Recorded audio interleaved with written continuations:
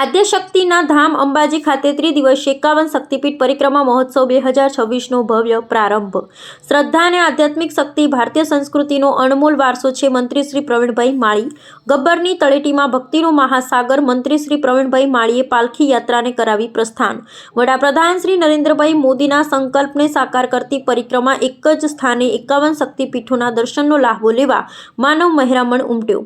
પવિત્ર યાત્રાધામ તથા આદ્ય શક્તિપીઠ અંબાજી ખાતે ગુજરાત સરકાર, ગુજરાત પવિત્ર યાત્રાધામ વિકાસ બોર્ડ તથા શ્રી આરાસુરી અંબાજી માતા દેવસ્થાન ટ્રસ્ટના સંયુક્ત ઉપક્રમે આયોજિત 3 દિવસીય 51 શક્તિપીઠ પરિક્રમા મહોત્સવ 2026નો વન અને પર્યાવરણ રાજ્યમંત્રી શ્રી પ્રવીણભાઈ માળીની ઉપસ્થિતિમાં પ્રારંભ થયો હતો।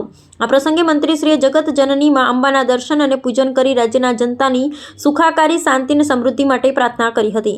ત્યારબાદ પરંપરાગત પાલખી યાત્રા અને પવિત્ર જ્યોત યાત્રાને લીલી ઝંડી આપી વિધિવત રીતે પ્રસ્થાન કરાવ્યું હતું। આ પ્રસંગે વન અને પર્યાવરણ રાજ્યમંત્રી શ્રી પ્રવીણભાઈ માળીએ જણાવ્યું હતું કે ભારતીય સંસ્કૃતિની સૌથી મોટી તાકાત તેની આધ્યાત્મિક શક્તિમાં રહેલી છે। શ્રદ્ધા અને પ્રાર્થના માનવ જીવનને નવી દિશા અને નવી ઉર્જા આપે છે। જીવનમાં મુશ્કેલીઓ અને પડકારો આવે ત્યારે ભક્તિ, સ્તુતિ અને આરાધનાનો માર્ગ માનસિક શાંતિ અને આત્મબળ પૂરું પાડે છે।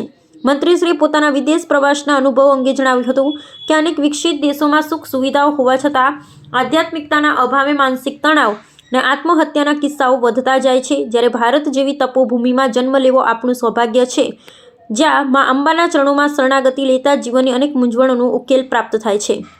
મંત્રીશ્રી આ શક્તિપીઠ પ્રોજેક્ટના ઇતિહાસ અંગે જણાવ્યું હતું કે વર્ષ 2008માં તત્કાલીન મુખ્યમંત્રી અને વર્તમાન વડાપ્રધાન શ્રી નરેન્દ્રભાઈ મોદીએ દેશભરના 51 શક્તિપીઠના દર્શન એક જ સ્થળે ભક્તોને પ્રાપ્ત થાય તેવું પવિત્ર સ્વપ્ન સેવ્યું હતું, જે આજે સાકાર થતું જોવા મળે છે। ત્રિશુલિયા ઘાટ ખાતે સ્થાપિત થનાર ત્રિશુલને તેમણે અત્યંત પુણ્યશાળી અને ધાર્મિક મહત્વ ધરાવતું કાર્ય ગણાવ્યું હતું। આ પ્રસંગે ગુજરાત પવિત્ર યાત્રાધામ વિકાસ બોર્ડના સભ્ય સચિવ શ્રી રમેશ મિર્જાએ જણાવ્યું હતું કે વડાપ્રધાન શ્રી નરેન્દ્રભાઈ મોદીના માર્ગદર્શન અને મુખ્યમંત્રી શ્રી ભૂપેન્દ્રભાઈ પટેલના દ્રઢ નેતૃત્વ હેઠળ ગુજરાતના યાત્રાધામોનો સર્વાંગી વિકાસ અને કાયાકલ્પ થઈ રહ્યો છે।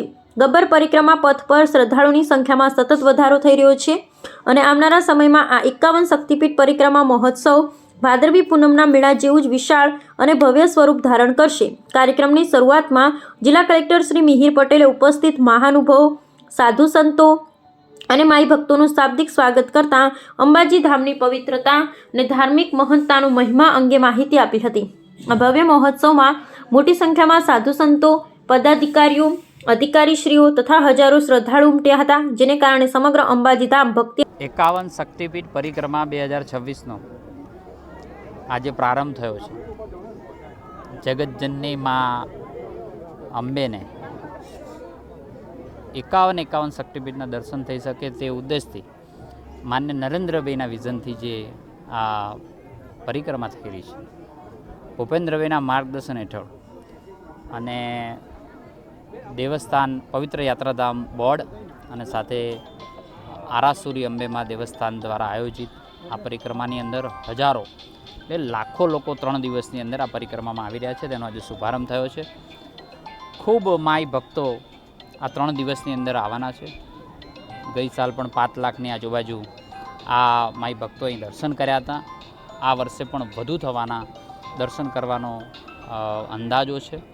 દિન પ્રતિદિન જે રીતે આસ્થા વધી રહી છે, જેવી રીતે સરકાર દ્વારા વ્યવસ્થાઓ કરવામાં આવે છે અને લોકો અહીં માના દર્શન કરવા માટે આવે છે, આખા ભારત વર્ષની અંદર જેટલા પણ 51 શક્તિપીઠ એક જ જગ્યાએ દર્શન કરવાનો અવસર આખા વિશ્વની અંદર ક્યાંય નથી, તે આપણા અંબાજીમાં છે। એને અનેક લોકો અહીં આવે, બધાને શુભકામનાઓ પણ પાઠવી છે અને માતાજીને પ્રાર્થના પણ કરી છે દરેકનું દુઃખ જે હોય દૂર કરે અને એની મનોકામના પણ પૂર્ણ કરે।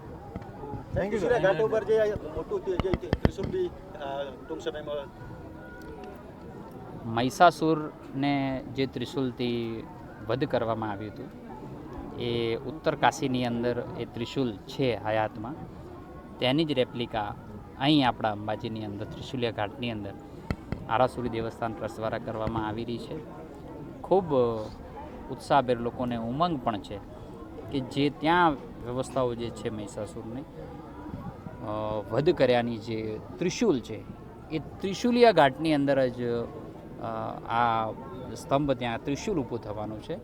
તે દરેકને ક્યુરિયોસિટી પણ છે, જાણવાનો આનંદ પણ છે। હું દેવસ્થાન ટ્રસ્ટને અભિનંદન આપીશ કે આ વિચારને સેમ જે ઉત્તરકાશીથી જે વિચાર લાવીને અહીંયા જે કરી રહ્યા છે એના માટે અભિનંદન પણ આપીશ. Thank you.